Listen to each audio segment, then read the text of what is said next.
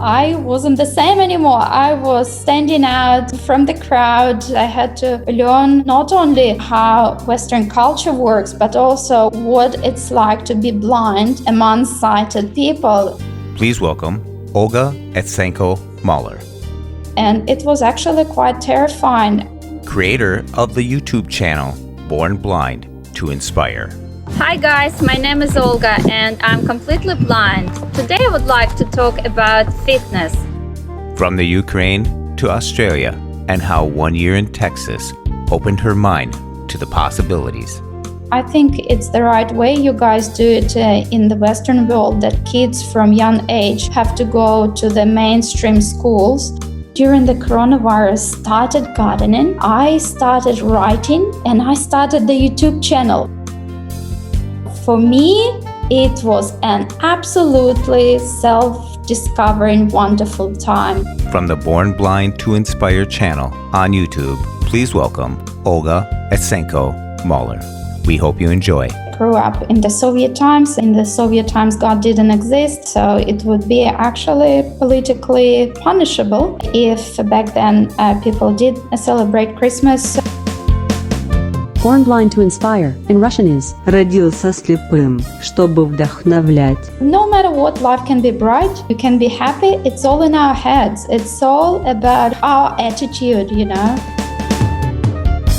Welcome to Blind Abilities. I'm Jeff Thompson. In the studio today, we have a YouTube creator, Born Blind to Inspire. Her name is Olga Itsenko-Mahler. Olga, welcome to Blind Abilities. Thank you. Thank you so much for having me. I'm glad to have you on here. I've seen you on your YouTubes. I almost know one of your childs from the YouTubes. I know you have another one. You're from the Ukraine. Now you're in Australia. So I would just want to say thank you so much for taking the time to come on the Blind Abilities and talk to our listeners. My pleasure. My pleasure. What's it like there today? Is it warm, sunny? You guys are headed towards fall. It's actually winter now. We live upside down, you know. So it's winter in Australia, but we are quite spoiled because even in winter, because in Queensland, it's now about, I don't know, Fahrenheit. In Celsius, it's like 25 degrees during the day. So we don't really have winter. We can still wear shorts. It's pretty amazing. No, that ain't really winter. Yeah, well, we call it winter. So when you celebrate Christmas, do you have snow on the ground? No, we don't have snow. We actually have disgusting weather for Christmas. I feel like instead of decorating a Christmas tree, decorating a palm tree, you know? Yeah. I mentioned Christmas, and you didn't get to celebrate Christmas back in the Ukraine as much. I imagine your Christmases now are quite different. Oh, definitely. My family is an atheist family because they grew up in the Soviet times, and in the Soviet times, God didn't exist. So it would be actually politically punishable if back then people did celebrate Christmas. So New Year, that's a thing we would celebrate as a family. And in Russian tradition, in Ukrainian tradition, it's a bit different. You basically cook hundreds of different dishes, put them all at once on the table, turn on TV and eat and drink and just be merry. That's the way we celebrate New Year in Ukraine. But here, obviously, Christmas is a bit more spiritual, a bit more family orientated. So it's all about spending time together. It must be quite different from coming from where you've been to where you are today, especially like in the education fields. There must have been a certain point in your life where all of a sudden you said, wow, there's a whole nother world out here. Oh, definitely. I grew up actually in a boarding school for the blind, and everyone was the same around me. And then in year 11, I on an exchange program, and I studied in America, in Texas, for 1 year. And that was absolutely an eye-opening experience for me because I wasn't the same anymore. I was standing out from the crowd. You know, I had to adjust. I had to learn not only, how Western culture works, but also what it's like to be blind among sighted people. And it was actually quite terrifying. I think it's the right way you guys do it in the Western world, that kids from young age have to go to the mainstream schools and they straight away have to push out their comfort zone and get adjusted to the society. Whereas in Ukraine, after the boarding school, I was absolutely unprepared for the real world. Was there any repercussions all of a sudden coming here, getting that type of awareness and confidence that you carried back there? Did anybody push back against that on you? I came back a lot more independent. I came back a lot more active than what I was before. And I have to say that initially it was quite obvious, but then again, it started sort of rubbing out. Like I noticed that I started going back to my old ways. And for a while, I was pretty timid again until I had to sort of push. When I was a single mom with a little child, I thought, gee, I need to make sure I give this little one a bright future. I can't wait for something magical to happen. I have to make it work. And so I thought, oh, well, I'll try to go back to the Western world. I'll have a lot more opportunities as a blind person there. And I registered at a dating website, and that's where I met my current husband from Australia. So that must have been quite a change for you to go right into a whole different country, a whole different way, the Western type of society, the freedoms that you were allowed. You could just become who you wanted to become, I imagine. Yes, but again, when I just first came to Australia, I didn't know that there were such organizations like guide dogs organization who can actually help you to learn new routes, to learn new mobility skills. So when I first came, I wasn't actually that active either, sort of living my Ukrainian way. And then when I discovered that there is actually help in the Western world for people with disabilities and started getting services, that's when I became active, because once you sort your mobility, you're good to go for anything, really. I actually haven't been a cane user for the whole of my life, even though I had extremely low eyesight from when I was born. I have blind parents, so I inherited that. And the first time when I took cane in my hands, I was 23, inspired again by someone from the Western world saying, come on, you kidding me? Cane gives you freedom. Cane gives you safety. You shouldn't be ashamed of using it, because that was the reason why I wouldn't want to use my cane, because I was embarrassed to walk around with a cane. So again, in Australia, once I learned how to become mobile, I started making friends. I started to learn the culture a lot quicker and becoming a part of the community. So definitely that was very important to become part of Australia for me. On this YouTube channel that I keep talking about, you do a lot of just showing how you do things, cooking, drive a car, of course, and washing the guide dog. But you always incorporate your 3-year-old. That's kind of neat. Not always, not in the driving No. one. They would have came after you if you were driving around with your son in the car. Well, I actually had to rename the channel. Initially, it was called My Mom is Blind. And Michael, my 3-year-old, was opening the video and saying, hi, my mom is blind, and today we're going to do this or that. But then I realized I don't want just to do blind parenting videos. I actually want to reach out to a lot more people, to a broader audience. I want to cover a lot more topics than just parenting and inspire people in a lot more areas than just parenting. That's when Michael's presence in my videos decreased. That explains Knockout, where you did some boxing. Yes, yeah. I have a video. By the way, the color of the gloves I'm wearing in that video is pink, but do not underestimate that, because I boxed quite hard. My husband, he was teasing me the entire video saying, oh, you're exercising, not eating bread. Come on, work harder, pump harder. And so at the end, it wasn't even planned initially. I decided to show him what it feels like being boxed by me. So he got a bit of a knockout there. There you go. Straight jabs.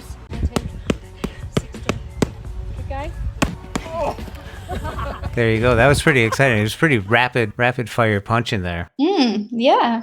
And that's quite an exercise. I'm quite fit. I love fitness. And actually, that video served as an inspiration to sighted people as well. I have a friend. They are not blind. They don't have really any health issues or anything, but they do struggle with sort of staying active, physically active and eating well. So they were so excited after watching my video. They said, you know what? Now we set up a gym. And I was like, yes, that's my goal, to inspire not only blind people, but any people to just do more with their lives, you know? That's great. When I saw that, I got some friends that go to boxing clubs around the city here, and I always wonder what it's like. But seeing the energy that you exude while doing that, it's like, oh, I get it. I mean, there's no way someone can hear that video and not think that Anthony had a chance. No, he didn't. He definitely didn't have a chance. Also, in the video that you mentioned with driving a car, it was also my husband's car, so he had no chance. I said to him, I'm driving your car. I don't care that your insurance doesn't cover blind drivers. That's what I'm doing. Okay, now the gear lever is on your left. Yeah. You press it in and pull it all the way down. Okay, now you're in drive. Let go of that. Put your both hands on the steering wheel. Yes. Now let go of the brake pedal gently, and then press the pedal on the right gently.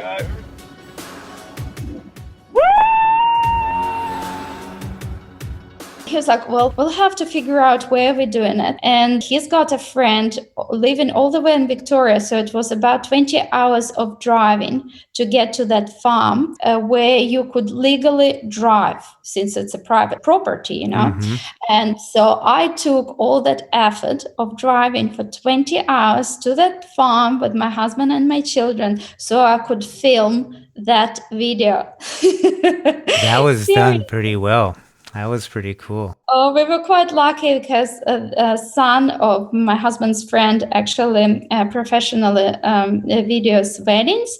So he had a drone. So we got some drone footage of me driving. It was pretty cool. I felt very thrilled driving that car. And once I almost ran over my husband because I didn't realize I made 360-degree turn. I thought it was only 180. So he almost got run over. And also there were quite a few cows roaming around, so that was my other obstacle. But other than my husband and the cows, I was pretty safe and had a lot of fun. But we did some other videos there too at that farm, like I got to use a chainsaw and chop the wood. Hi guys, my name is Olga and I'm in Pipers Creek, Australia.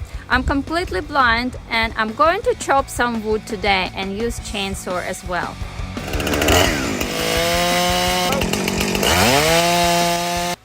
That's the way. Let me see where it is. Yep. Okay. It was pretty fun. Oh, that's cool. That's always exciting when you get to experience stuff that you only imagined before. Definitely. Yeah, and I just want to send a message to blind people or anyone, you know, really, that no matter what, life can be bright. You can be happy. It's all in our heads. It's all about our attitude, you know. It is. If you take a good attitude towards anything, it's probably going to end up right side up, you know? Definitely. Yeah.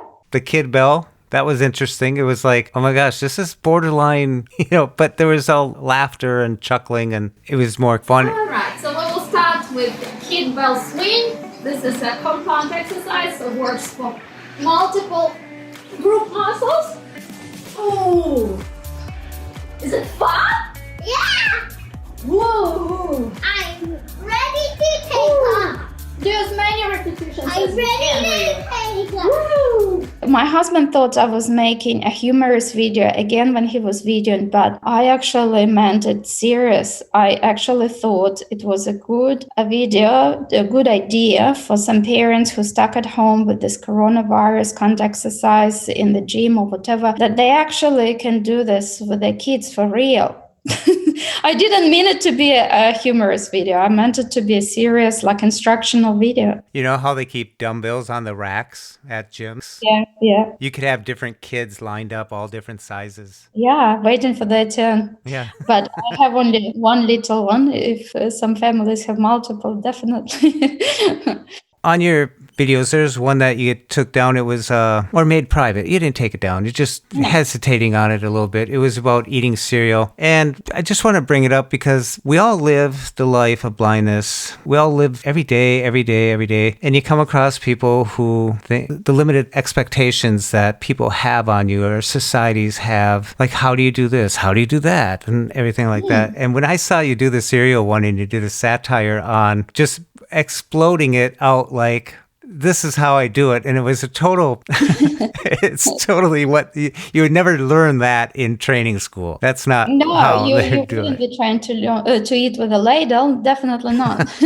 Or a cereal bowl, probably a salad-sized bowl. Yeah, it was a salad bowl. And, I haven't seen any blind person who would miss their mouth. Definitely not. You see, I find that blind people in particular are very sensitive. They have very high expectations of themselves. They set very high standards for themselves. But I was trying to say, hey, you don't have to. You actually can be yourself in the society. You don't have to worry each time you do something, each time you take a step, what people think about you. Yeah, it's hard to be blind. Yeah, certain things we do differently, but it's okay. It's okay to be you. It's okay to express yourself the way you want. So that was, I guess, the initial intent of this video. It didn't quite come across like that. Some people were swearing at me, like, it wasn't very nice reading some of the comments, and people were saying that I was making fun of the blind people, whereas I was actually making fun of the sighted people.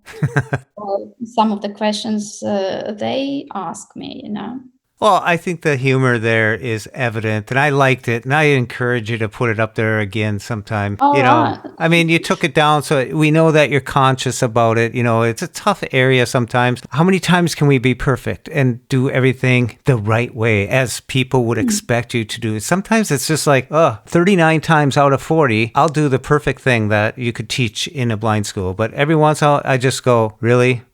And just let something out. It's kind of fun because that's the way we do live. And you're right. We do things differently. That doesn't make it wrong at all. Yeah. And I don't understand how some blind people say, oh, I'm proud to be blind. I love to be blind. I would never swap this life for any other life. No, I think it sucks to be blind. I'd love to do things a lot quicker. I'd love to have a lot more freedom. So basically, I'm trying to say there is nothing wrong with being blind. There is nothing to be ashamed of. And also, I'm trying to show, like in these parenting videos, that you can have high expectations of yourself as a parent, as a blind parent. But hey, after all, kids decide how they want to run things in a way, like you can't be perfect. After all, it's all like what we can do, it's only to a certain degree we can do things, and then it's up to our kids.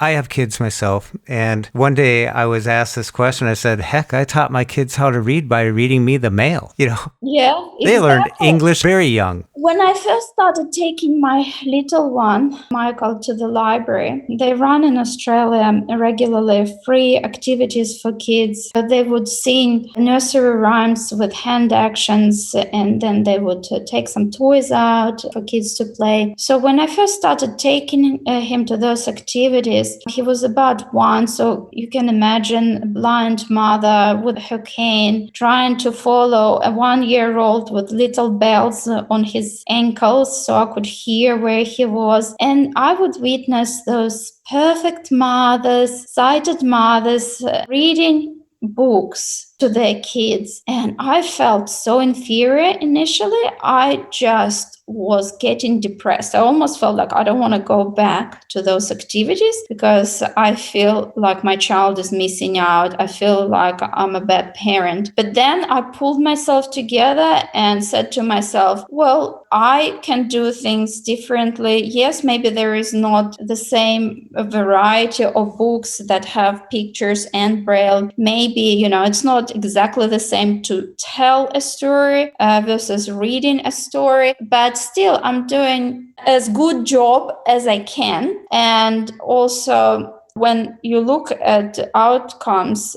my 14-year-old has always been the best reader in the class. My little one at kindergarten, when they do alphabet activities, he is very confident. He even helps his peers with different letters and cards. Obviously, we as blind parents do something right. It's really possible to do a good job, even if you're blind. And we just do things differently. And it leads to being very innovative sometimes. Definitely.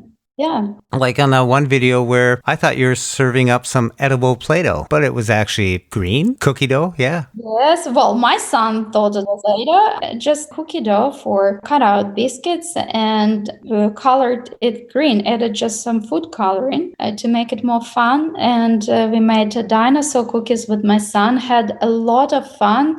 Such a simple thing, but any blind parent can do that. It doesn't have to be a rocket science. It doesn't have to be jumping off a cliff, to impress your child. Children actually are quite happy to do basic things. I, from my childhood, remember, for example, playing dominoes with my blind mom. We had those special dominoes with raised dots. She didn't have to do that much to create warm memories for me. That's great. And then I believe you were baking a cake, and I saw that you were using a talking scale. Yes, I love my talking scales. They have improved my baking a lot. Hi guys, my name is Olga. Your name is not Olga, and I am completely blind. And I've got a little helper today. What's your name? Michael. How old are you? 3. And what are we going to make today? Cake. We're going to bake a cake, which may be a disaster because I'm not a baker. I'm going to use a recipe from Sally's Baking Addiction website called Triple Chocolate Cake. I have no idea what it will turn out like. We're going to start with dry ingredients. Here are my talking scales, so they can measure in pounds, gram or milliliters. Well, we need grams. We're going to measure some flour, some plain flour. Let me double check how many grams I need of that. And 3/4 cups, 220 grams. 220 grams. Okay. Michael, do you want to pour? I have used, prior to using the scales, just measuring cups, but because recipes come from all over the world and actually cup sizes vary from country to country, I've grown to not just measuring my flour, sugar, butter, anything. I even use now my talking scales for gardening. If I want to mix, for example, fertilizer, liquid fertilizer, I would use my scales to measure liquid things. Oh, yeah. I just had to do that the other day. I had to put in 1 ounce per gallon. Yeah. And when you're using one of those measuring cups, usually it's the cap or something that comes with it, or it's provided. You're talking about a pretty strong chemical there. So sometimes you got to be aware about how messy things get. But you did pretty good. And you don't want to stick your finger in it, to see whether you've reached the mark. Yeah. Provided. Do you realize how fast that fingernail would grow with all that fertilizer? I know that it would be very stinky. That's what I know.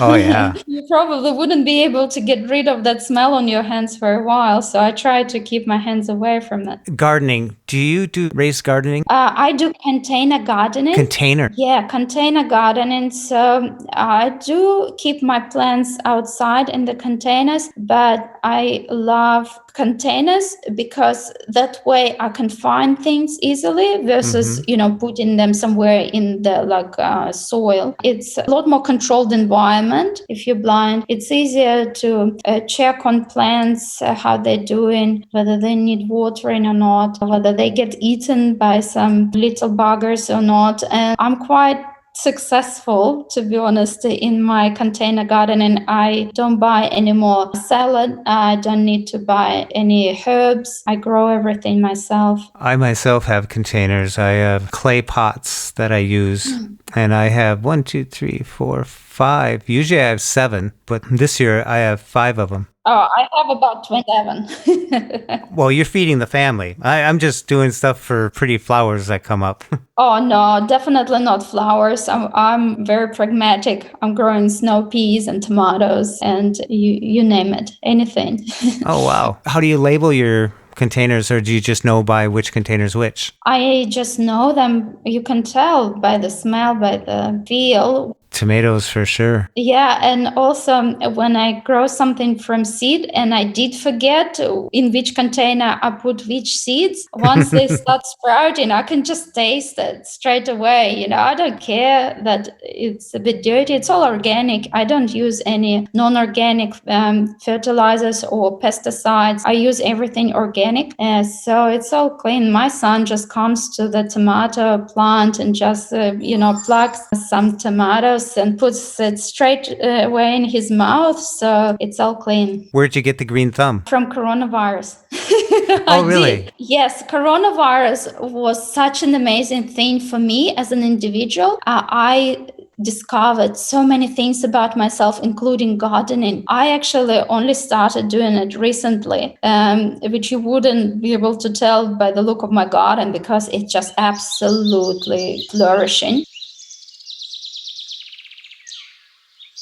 Yes, during the coronavirus, started gardening. I started writing and I started the YouTube channel. For me, it was an absolutely self-discovering, wonderful time because I didn't have any more to run crazy drop-offs, pickups, taking kids to sports, gym. I used to go to the gym like 6 times a week, I couldn't do any of that. I would exercise a couple of times a week in the gym. Yes, we would play some games with kids, do some activities, but still, I didn't have any schedule to follow. So I had more time and more energy, and I started exploring my personal passions, not as a mother, not as a wife, but as Olga. And I'm so glad that I had that time out to discover those things about myself, because now, on the other end of coronavirus, at least in Queensland, that's what it appears to be. It's almost finished here. I'm a different person. I'm more creative. I'm happier. I'm looking at the moment for a literary agent to publish my first children's book. I love my YouTube channel. It gives me a lot of inspiration to myself. It sort of motivates me to stay active and inspire other people to be active. I love it.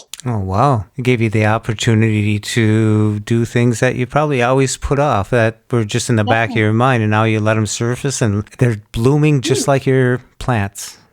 Yeah, definitely. And people will be able to enjoy them just like you're enjoying the salads and stuff. A children's book. Yeah. That's interesting. What led to that? Well, my son is obsessed with dinosaurs, my 3-year-old. As I said before, reading for a blind parent is a bit challenging. So a lot of nighttime stories actually just come from my head, and I come up with stories. At some point, Michael got interested in days of the week, and I thought, I'll combine those two topics, days of the week and dinosaurs. And I wrote a poem for him, and I showed it to my husband, and he was like, you know what? If you put a little bit more effort, you can actually turn it into a book that we can try to publish. I was like, seriously? I had no idea, I could do that. I didn't think it was that good. And then I started working on it. And I'm quite a passionate person if I get interested in something, it absolutely takes all of my mind, all of my time. I couldn't sleep for a few nights straight, just working on that poem, expanding it into a book. So this book is about a very cheeky and bold dinosaur who on each day of the week it turns into a new character, like a firefighter or a diver or astronaut, and it's all rhymed. It's in English. It's a poem per each day of the week, and I have already commissioned an illustrator. I've got like watercolors artwork from her, and now I'm just working on my query letter to address literary agents, and it will be all ready to go. I will let you know once I hear from some agents whether they got successful or not, but I have intentions to publish that book anyway. Even if I don't get any interest from publishers, I will just self-publish it. My friend Daniel Bernstein, he's from Minnesota here. He's published 3 books now, children's books. I should connect you up with him so you find out an agent or something like that. I'll do that. He'll like that. He's a really nice guy. And it's exciting when he comes on, and there's actually a couple podcasts he's been on already. So you've been staying busy with this. I'm sure by the next time, if the coronavirus keeps on going and we get you on a podcast again, you'll be like a concert pianist, an astronaut. Not quite. I think in Queensland, we have conquered coronavirus. We haven't been getting any new cases for a long, long while. Whereas in Victoria, the other state of Australia, they're back to like 600 new cases a day, few deaths a day. It's nothing like what you guys having in America. But I think Australia is managing it pretty all right. So I don't know if I'll get that time out again anytime soon. Well, I'm glad to hear that, especially for your community there, and getting control of it, because, it is something that we've gotten used to being around, and yet the numbers are astonishing that are just exploding here in the United States. So I hope something comes good of all this in the long run, and I hope it's over quick. It's horrible in the long run for little businesses, especially. Australian government is trying to support people financially at different levels, like people who are on some sort of like disability pension or whatever, had, from time to time, like double of their normal amount of money.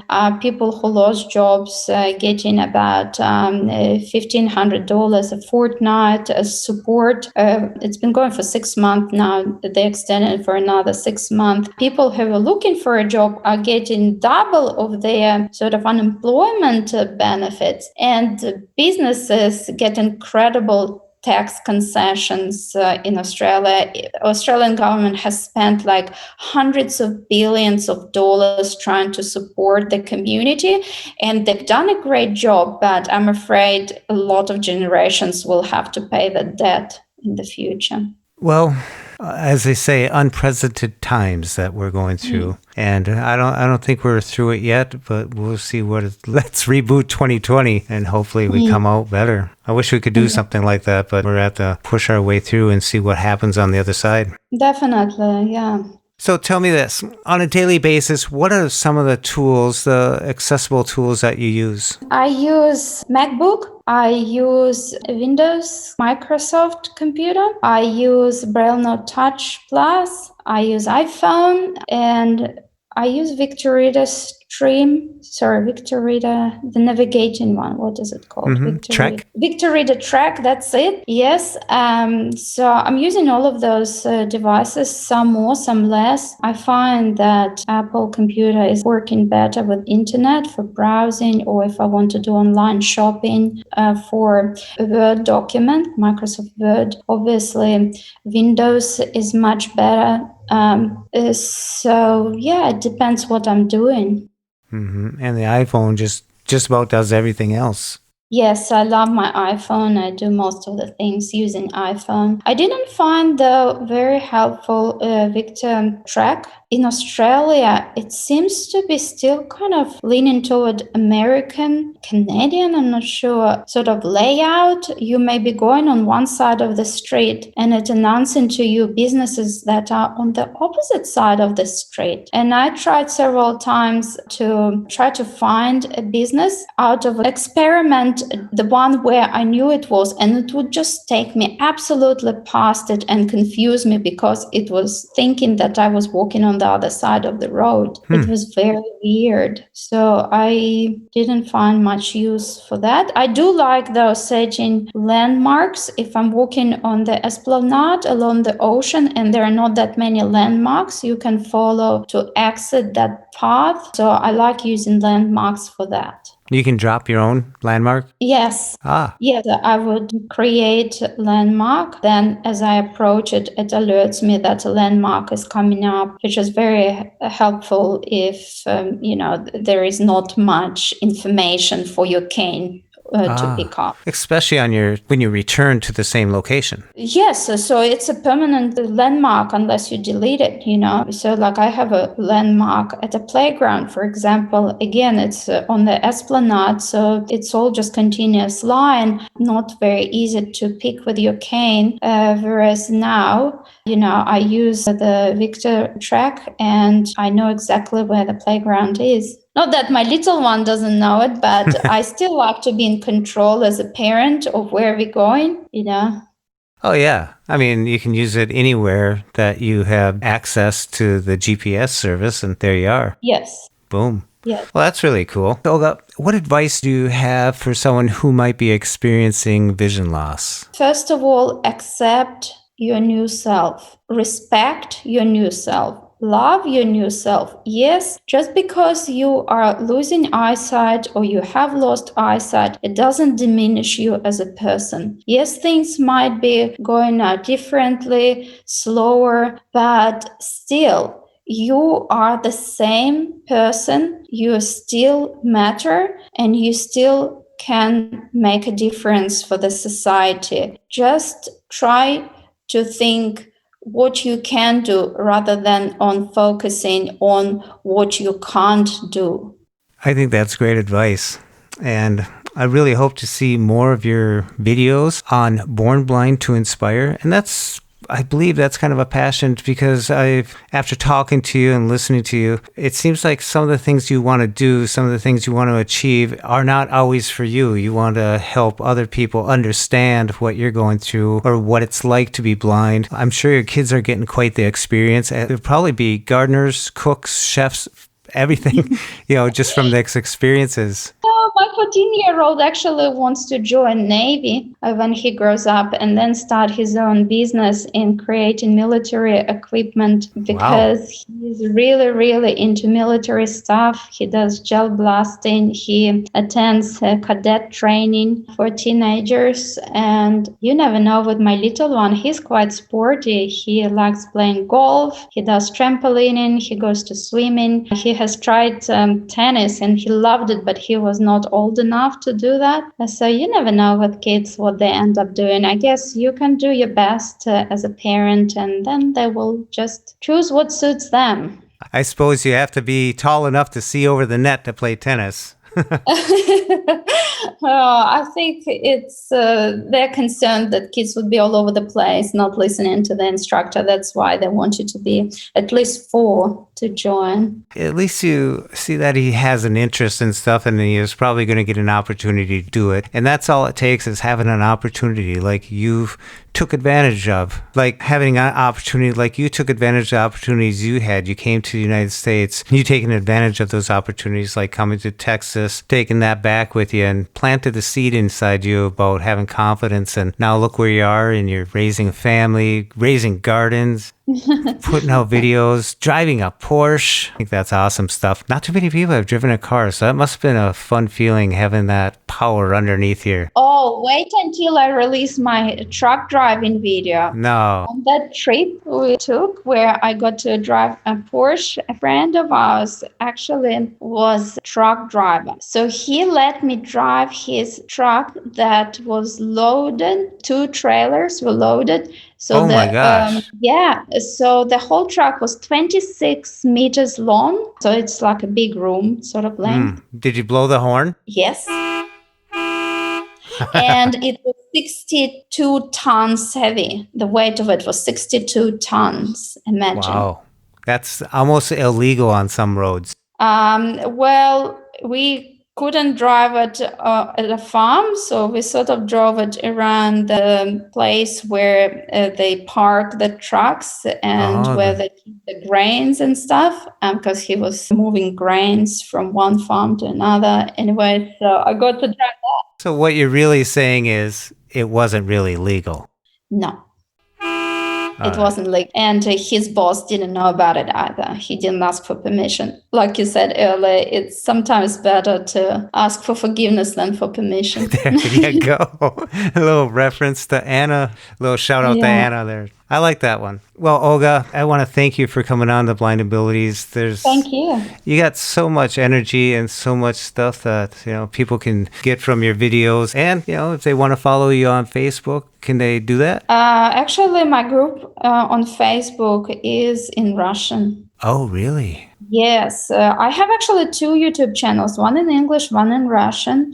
Born Blind to Inspire.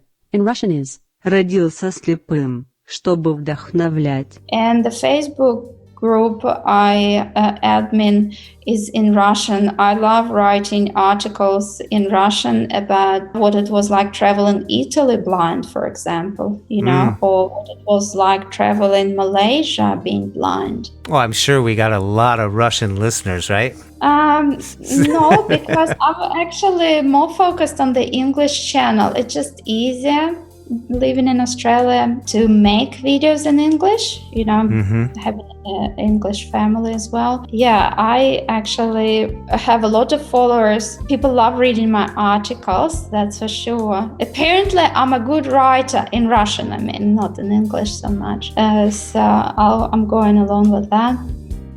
Oh, that's great. It's kind of neat to have. You said a quote one time, something about learning different languages. Oh, yeah, that Leo Tolstoy reckoned that as many languages as you know, as many times you're a person. Wow, there's something to be said about that. Well, Olga, thank you so much for taking all this time to come on to Blind Abilities and sharing your story. I'm going to put the links to your YouTubes. Will you take care? More videos to come. Good thing, good thing. I hope to talk to you again sometimes. We'll stay in touch. Such a great time learning about Olga and her journey to where she is today. And be sure to check her out on YouTube, on her channel, Born Blind to Inspire. And if you want to leave us a message, give us a call at 612-367-6093. We'd love to hear from you, and let us know if we can use your voice on the podcast. I'm sure a lot of other people would like to hear from you too. Follow us on Twitter at Blind Abilities, and download the free Blind Abilities app from the App Store. That's 2 words, Blind Abilities. Drop us an email at info@blindabilities.com. And a big shout out to Chi-Chow for your beautiful music. And from all of us here at Blind Abilities, to you, your family, and friends, through these challenging times, stay well, stay informed, and stay strong. Thanks for listening. Hope you enjoyed. And until next time, bye-bye. When we share what we see through each other's eyes, we can then begin to bridge the gap between limited expectations and the realities of blind abilities. The realities of blind abilities. For more podcasts with a blindness perspective, check us out on the web at www.blindabilities.com, on Twitter at Blind Abilities. Download our app from the App Store, Blind Abilities, that's 2 words, or send us an email at info@blindabilities.com. Thanks for listening.